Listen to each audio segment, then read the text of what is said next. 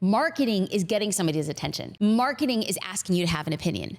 Marketing is awareness. Sales is actual signing on the contract. Those are two different things, and I have two different approaches, but why this caught my attention was I thought it was highly effective marketing. Do you want to cut through the noise? Do you want to get attention on what it is that you're doing? How do you stick out in a saturated market? Welcome to the Jasmine Star Show. We're going to get answers to all of your questions right about now. Now, I think about these questions all the time, and I create content to document what I'm learning and to document what I'm doing. And I'm also creating content today to share with you what I'm doing and what I'm learning and how it's impacting the state of my business. Now, I recently had a conversation with my 7-figure mastermind, and I had explained that the nature of marketing is intended to change. What worked for you yesterday or last month, there's a good chance it's not gonna work with you today. It is constantly evolving. And so I'm always on the look for how other companies have really traversed this new territory, things that they're doing to cut through the noise, how they caught my attention. And I would say I'm a pretty savvy marketer. I understand business in a way. So for something, a piece of content or a way that somebody's doing it to catch my attention, it means that it's, man, that makes me sound like this is like a humble brag. It's like I could see good marketing and I could see great marketing and I could see marketing that just cuts through it all. And when it does, I'm like, wow, my barometer is pretty high. And so props to you. And I want to share 3 great real examples that all I received in the last month that I thought was really amazing. And I want to use them in my business and I want to share them with you so you can use them in your business. And I think that I am a better entrepreneur because of it. Now, before we do, I want to start off by saying thank you to Astra Johanna, who left a review, 5 stars, and it said life-changing. From personal development to business strategies, Jasmine's show has been so impactful in my life. Astra Johanna, thank you so much for leaving that. And for those of you who leave a review, it really does change the game in so many ways. And so I want to say thank you. I look forward to reading one of your 5-star reviews in the future. Now let's get back to our examples. Real life examples from real businesses that have impacted me in the last month that I will be incorporating into my irresistible marketing as I move through this year and into the next. So example number 1, irresistible content marketing, what I call show me the money. Now, recently I was listening to a podcast called My First Million, and they were talking about old school marketing and how old school marketing can make a comeback. It should make a comeback. They were talking about how there were like 90s songs that are trending on TikTok that are having like a renaissance. They're like, we should be doing this with marketing. And they talked about this old school marketing idea or ad. And so the idea was if you have like a local based business, let's say you're a landscaper or you have an HVAC company, they were talking about how old school marketing, you would print out flyers, and yeah, everybody gets a lot of flyers. But what one really ingenious entrepreneur did was he paper clipped a $1 bill to every single flyer that he had placed on somebody's door. And well, number 1, the dollar got attention. Number 2, it was a real dollar. And then the copy on the flyer had said, if this caught your attention, imagine how much money you could save using my services. Okay, super old school, super gritty, a little bit cheesy, but what did it do? It cut through the noise. It caught somebody's attention. It made somebody think twice. And that's what marketing is. Marketing is different from sales. So marketing is just capturing somebody's attention and getting them to pay attention in a different way. So I realized that it had happened to me, except it happened to me in a digital form. That old school marketing idea of paper clipping $1 to a flyer, it happened to me, but in my inbox. Here's how. I'm sitting at the Austin airport. I am getting ready to fly home and I'm just scrolling through my emails, getting caught up. And I get an email from PayPal, which okay, that's our merchant. That's how we process our payments. So getting an email from PayPal, I would naturally open it. And the subject line, I'm not going to talk about what this company is because more on that in a second, but I'm just going to say, I'm going to call it X company. Xcompany.com sent you a note and then I see a $sign. And I was like, oh, this company sent me money and it's from PayPal, legit PayPal. So what I'm gonna do right now is I'm going to read the email that I read at the Austin airport to give you an idea of what I saw. I'm also gonna be showing it here on the screen, but I'm blanking out that company's name. X.com has sent you 2 cents USD. Here's the copy. I really hope this isn't bothering you. There's a link at the end of our note. If you take the time to demo with us and it's not worth your time, we'll buy you Starbucks. Really? I was like, what? Is this Jasmine? I know this is untraditional, but we're really hoping to get your attention. I saw social curators on LinkedIn yesterday, and I had to send you my 2 cents. If you're trying to reach customers, there's a better and cheaper way than spending $5,000 on Meta, Google, or booking one podcast ad. Here's the secret. If you and social curators send the right emails with, and then I'm going to go to, we'll just say X company, then what happens is you're going to get results fast. Our 2 cents. Jasmine, do you have 15 minutes to see how it could work for you? We just want to show you how blank X company could help you. If you're intrigued, go to this link to grab time with us. You guys, they literally sent the digital version of paper clipping $1 to a flyer and posting it on my virtual front door, my stinking inbox. So their marketing was really spot on. They said, my 2 cents. What is this? This is an idiom. These are like language, these are things spoken in a specific language that in our nomenclature, in our culture, we understand what that means. I would have never have opened a cold email from this company, not in a million years. I never open anything that is not from a company that I already know and is reputable. So I thought to myself, wow, this cut through the noise because we're using a trusted third party to send me in, and it said they had sent me money, but I couldn't see the amount of money in the subject line. I think that was very calculated. So I want to take a moment here and I want to point out the difference between marketing and sales. Marketing is getting somebody's attention. Marketing is asking you to have an opinion. Marketing is awareness. Sales is actual signing on the contract. Those are two different things, and I have two different approaches, but why this caught my attention was I thought it was highly effective marketing. I did not become a customer, but I became aware. I became aware of their business. I became aware of what they did. I actually distinctly created an opinion. Now, because I did those things, I'm one step closer to a sale. Have I become a sale at the time of this recording? No, but I'm one step closer to it. Now, I want to make sure that we're pointing something else here, that the copy and the way it just worked so cleanly together, because they made a reference to an idiom, my 2 cents. When somebody says that, well, here's my 2 cents. What we're actually implying is I'm saying it in humility.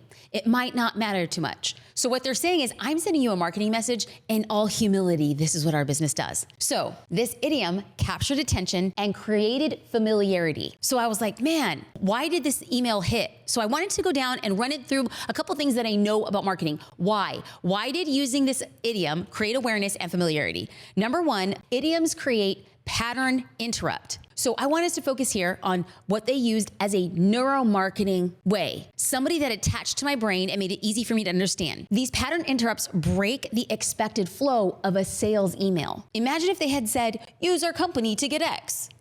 That would not anything. But what did they do? They sent money. They presented it with humility. They sent it through a third party. What did it do? It triggered curiosity. That's what a pattern interrupt does. This is classic marketing, if you can interrupt the pattern. Now, this is based on a book that I'd read from Daniel Kahneman's book, Thinking Fast and Slow. I was like, what happened here in this email? Why did it work so well? That was number one. Idioms create pattern interrupt. Number two, idioms create cognitive fluency. Now, I want us to focus here not just on the neuromarketing, but on the psychology of persuasion. Because once I knew what was happening, I had to be persuaded. Now, there are familiar phrases, and whenever you hear like familiar phrases like cool as a cucumber, my 2 cents, the early bird catches the worm. Well, they're easily processed by the brain. I don't have to say, you should wake up early. I can say, the early bird catches the worm. What am I saying here? I'm saying something in a way that's soft and familiarity. And this makes your message persuasive and trustworthy. Now, the third reason why this was like a really cool pattern interrupt, the really cool why I thought it was like cognitive fluency is when they used a third party. They used PayPal. They used a workaround. They got my information using PayPal, and then this idiom is a perfect example to go through with their 2 cents. So this is more conversational marketing. When somebody can market to you in a conversational way, it builds trust. It just is. When you use fancy word or prose, you aren't really attracting a person to say, hey, you're the kind of person I want to have a conversation with. Conversational marketing has a great impact. So cold emails, this was a cold email, but a cold email that feels casual and conversational is a perfect way to build trust. So getting an email from PayPal, third-party credibility, in a way that was really conversational, well then it increased engagement, and it might likely increase the replies that they get to that email. So that is a perfect example where I thought to myself, this is old school marketing done in a new way, using an idiom, using psychological components, using neuromarketing, using conversational tone. All the reasons why that piece of marketing worked. Okay. No, I will not be sending you an email from PayPal. I am just saying there's gotta be a creative way for me to do this kind of stuff. All right, example number 2 of irresistible content marketing.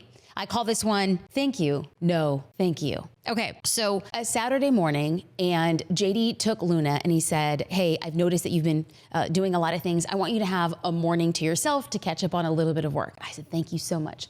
So I got a cup of coffee, he's out with Luna at the park, and I am on my laptop and I am working and I'm writing, and I come across a conversation and it's a link of a link of a link. And I happen to stumble across a blog, right? Like, who's blogging these days? I mean, your girl is still blogging, but it's not necessarily that front forward medium. It was a link that I'd read somewhere else, and I ended up on a blog of a copywriter. And I will tell you that I spent 90 minutes reading this blog, post after post, and these posts were old. But as I'm reading this copy, I thought to myself, this is pure magic. This person is a writer. This person gets the game. This person, I just wanted to know this person based on the way that they wrote. I was like, you, my friend, are a magical unicorn. I was reading something a unicorn wrote, and I know this because I know good copy, and this brother had it down pat. So I found his email address. Yes, I am a creeper. It was listed on his website. I just did some Googling. Okay, basic Googling, y'all. So I found his email address and I sent him an email, and it was just an encouraging note. I basically said, I came across your content. I think you're amazing. And his response caught me off guard. Here's why. And this is where the marketing piece comes in. His response built likability. How did he do that? I'm gonna get to that in a second. And his response shows how he moves as an entrepreneur in the world. So I read thousands and thousands of his words. I spent 90 minutes having a one-way conversation. I'm just reading his thoughts. I email him, and in the email, I'm making references and subtleties to the things that I read as a signal to him, hey, I've done my work on you and you're really incredible. And I introduced myself. I said, I'm a wife, I'm a mother, I'm an entrepreneur, and I love good copy, and I know good copy when I see it. And you, my friend, are chef's kiss. Bay level, sprinkle some salt, chef's kiss. And he had made references to a few of these things that I added in the email. What was I doing? I was signaling to him, I went deep with your work and you are very talented. Some people wouldn't respond. Some people would say, oh, thank you, that's so much. But what did he do? Let me go back and I will read the email that he had sent. Wow, thank you so much for reaching out. Such a funny, nice note to read this morning.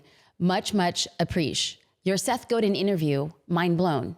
Cheers. Thanks again for reaching out. What did he just signal? He signaled that he had done the work in response. I sent him an email making references that I went back to really old blogs and I read, and they had an impact. And then what did he do? He signaled back by citing a podcast that I had done with Seth Godin. He said, who is this person? So why do I think this marketing worked? It was anything but cold. It was anything but random. He could have just said thank you, but it worked because most people would just say thanks, and he didn't.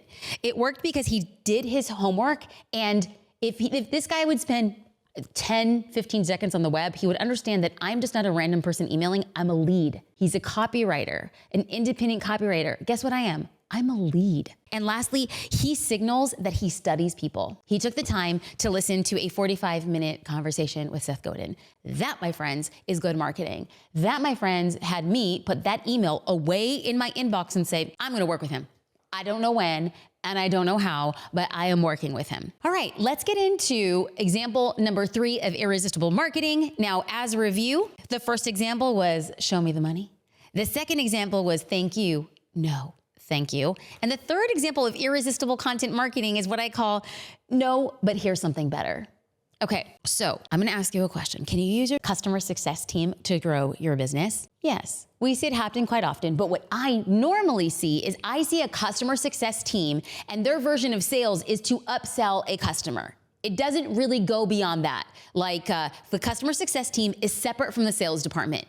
And the only kind of selling that they would be doing would be like, oh, you have a renewal coming up. Oh, there's a discount. Oh, we can bundle something else and get you in. Those are like basic tenets of selling through way of CST. I think I was marketed to in such a better way. So what if your customer success team used education and data gathering to close bigger and more sales? So we use a company called Spiffy. Now, we use Spiffy as part of our checkout process. We use them as pages on the inside of Social Curator. So we have our own tech stack, and so we can integrate with companies like Spiffy. Now, we considered creating a high ticket offer. And in the process of us creating our high ticket offer, well, we have our own platform and we want to integrate with Spiffy. Now, as we were building out this offer, a lot of consultations and a lot of different perspectives, people had said the more expensive your offer becomes, it would be an added benefit to close sales to overcome objections by using third-party software that helps people pay for what it is that they want. So examples would be like Klarna or Afterpay, where a buyer would buy through Klarna. Klarna pays you or Klarna pays me the full amount, and then Klarna does the financing with that person depending on their credit score. Afterpay will take care of the payment plan with that person. So you get paid and then they get the interest and all of the other payment plan. Okay, that's what people had said. Now, we reached out to Spiffy and said, do you allow us to use some things like Klarna or Afterpay? So what they call buy now, pay later. So BNPL. I'll make references to that in a second. No, the answer was no, they didn't. But they didn't just say, no, we don't integrate with buy now, pay later platforms. They, number one, used my email to challenge an assumption. Two, they use the email to share their insights and have me think in a new way. And number three, they asked for user feedback. Now I want to pause here. As the founder of a tech company, what we want is users, what we want are people giving us feedback about what they don't like, what they need, what they want, because then we can create a platform that serves them really well. That's what we want. But it's actually really rare. It is very rare for people to tell you what they like or what they don't like or what they want more of, because it takes time. And they're like, of all the things in the world, I don't need to tell you all of these things. So what did Spiffy do? They challenged my assumption, they shared their insights to change my opinion, and then they used it to get user feedback. So I wanna read this email and I wanna show you the process that they used, because y'all, it was a long-ish email, but I want to carefully dissect the email as to why it was no longer a customer success email. It was a sales email. Let's dive in. Alex here with Spiffy. Thanks for reaching out. Currently, the only buy now, pay later option that we support is PayPal Credit via PayPal integration. We don't currently support any of the buy now, pay later options like Affirm, Afterpay, or Klarna at the moment. BNPL is definitely on our roadmap and is often requested. However, it's a lot more hype than it actually is useful. What we found is that people tend not to be fully educated on the negative aspects of implementing other options. They just hear all about the great things, which is only half of the picture. So, all right, they just said, we don't offer it, but do you know about the downside? So leads to, let me explain. Let's dig into that right now. We are currently in the education and gathering phase. We would love some more insight and perspective on how and why you're wanting to use BNPL. Based on the tests we've run, the BNPL platforms actually don't increase conversions over our native payment plan settings. And although you can collect the money up front, you don't collect more money overall. BNPL can be a great solution for physical products where an extra friction is in buying the experience is justified to mitigate the risk of shipping a physical product with real COGS before it's been fully paid for. Spiffy is designed for digital products and services where there are no COGS and there's really no risk in someone not completing their payments. They simply remove access or stop service. The added friction in the buying experience is hard to justify as well. You will convert more sales by making it easy for customers to check out via the payment plan that doesn't take them through a credit approval process and away from your checkout experience. You will lose 10 to 15% of buyers who would have otherwise purchased, and maybe 2 to 5% of customers who never complete their payment plan. So there's at least 5 to 10% of revenue there, just not from using BNPL, which is substantial at any level of scale. Okay, what did they just do? They said it's so much more complicated using the third party. Hey, why would you ever do that? And what do? They back it up with stats and statistics. They are challenging an assumption. Let's go back into the email. Also, there's quite a big hurdle to overcome with breakage in other features. Upsells, most likely to come if somebody chooses a BNPL option at checkout. It won't work with one-click upsells. Other solutions that have BNPL actually skip all upsell offers, not ideal. Checkouts with subscription line items. Spiffy is super flexible, so you can have a subscription and payment plan at the same checkout. Subscriptions cannot be included BNPL and can cause confusion, refunds, chargebacks. Okay, they will go on and they will explain why it is not a good fit. And then lastly, they close it out with, hey, a couple questions for you. How would you want one-click upsells to work? How would you think that customer would expect it to work? Do you think customers would expect their upsell purchase to be included in the Klarna pay over time? Or do you think it would be clear that it's not? Or would you rather just skip all upsells to keep it clean and simple like other solutions? Thanks in advance for your insight and perspective. Okay. That was a lot of words, but let me tell you, I'm reading this and I'm sitting there, I'm like, mind blown. You literally use data and analytics to challenge an assumption and show me a different way. Then you came in and gave me proof that it might not be as good as an option as many people have led us to believe. And then thirdly, you ask, how might we make our product exactly what you need? And what they did is they created a distinction. If you're not familiar with Klarna or Afterpay, it started off very much in the influencer game. If you wanted to buy an expensive jacket, or if you wanted to buy hair care and you couldn't afford to buy it all like $200, $300, $400, $1,000 at a time, you can use Afterpay. And the reason why you wanted to use Afterpay or Klarna was because if you shipped the product to that person and they stopped paying, well, then you're absorbing the cost of the physical items. Spiffy says, hey, we focus on digital items. If somebody doesn't pay, just revoke access from the digital item, but you haven't actually lost hardcore money from it. Y'all. And then they said, okay, fine. If you wanted us to build this, what would you want it to be? Really stinking smart. So why did this work in terms of marketing? Number one, they gave you awareness of options and their offer as marketing. And number two, they ask for what's wanted so they can build it on their own based on what digital creators want. And they're actually looking at, hey, if we built this, would you pay more? Because if you'd pay more, then we would build it exactly as you want it. So I save this as a masterful example of content marketing to paying customers. This would not work anywhere else, but we're already paying Spiffy. They're saying, hey, there's a better, different way about it. Do you want to give us more feedback? Would you pay us more for it? I just thought it was really, really, really smart. Okay, so in review, we went through 3 types of get yo attention content marketing. And the first one was show me the money. We're using idioms to create trustworthiness and conversation. And we're using a trusted third party to break through the noise and get attention. The second irresistible content marketing would be thank you, no, thank you. And this type of marketing builds likability, and it returns a compliment with a compliment to show that you've done work. And number 3, it signals how people work. I signaled and he made a signal in response. What is he cultivating? A hot lead. The third was no, but here's something better. So why does this type of irresistible content marketing work? Well, it educates options and offers new insights using data and analytics. It challenges assumptions. And 3, it's marketing to build out a possible upsell as their alternative. So I look forward to adding these marketing aspects into my business. And it would mean the world to me if you passed this on to somebody else you care about, somebody who is really needing a marketing jumpstart or a marketing elevation. What we want to do is we want to make sure that we're all sharing these conversations so that collectively we grow and blossom and thrive and scale together. I want to say thank you so much for watching and listening to The Jasmine Star Show.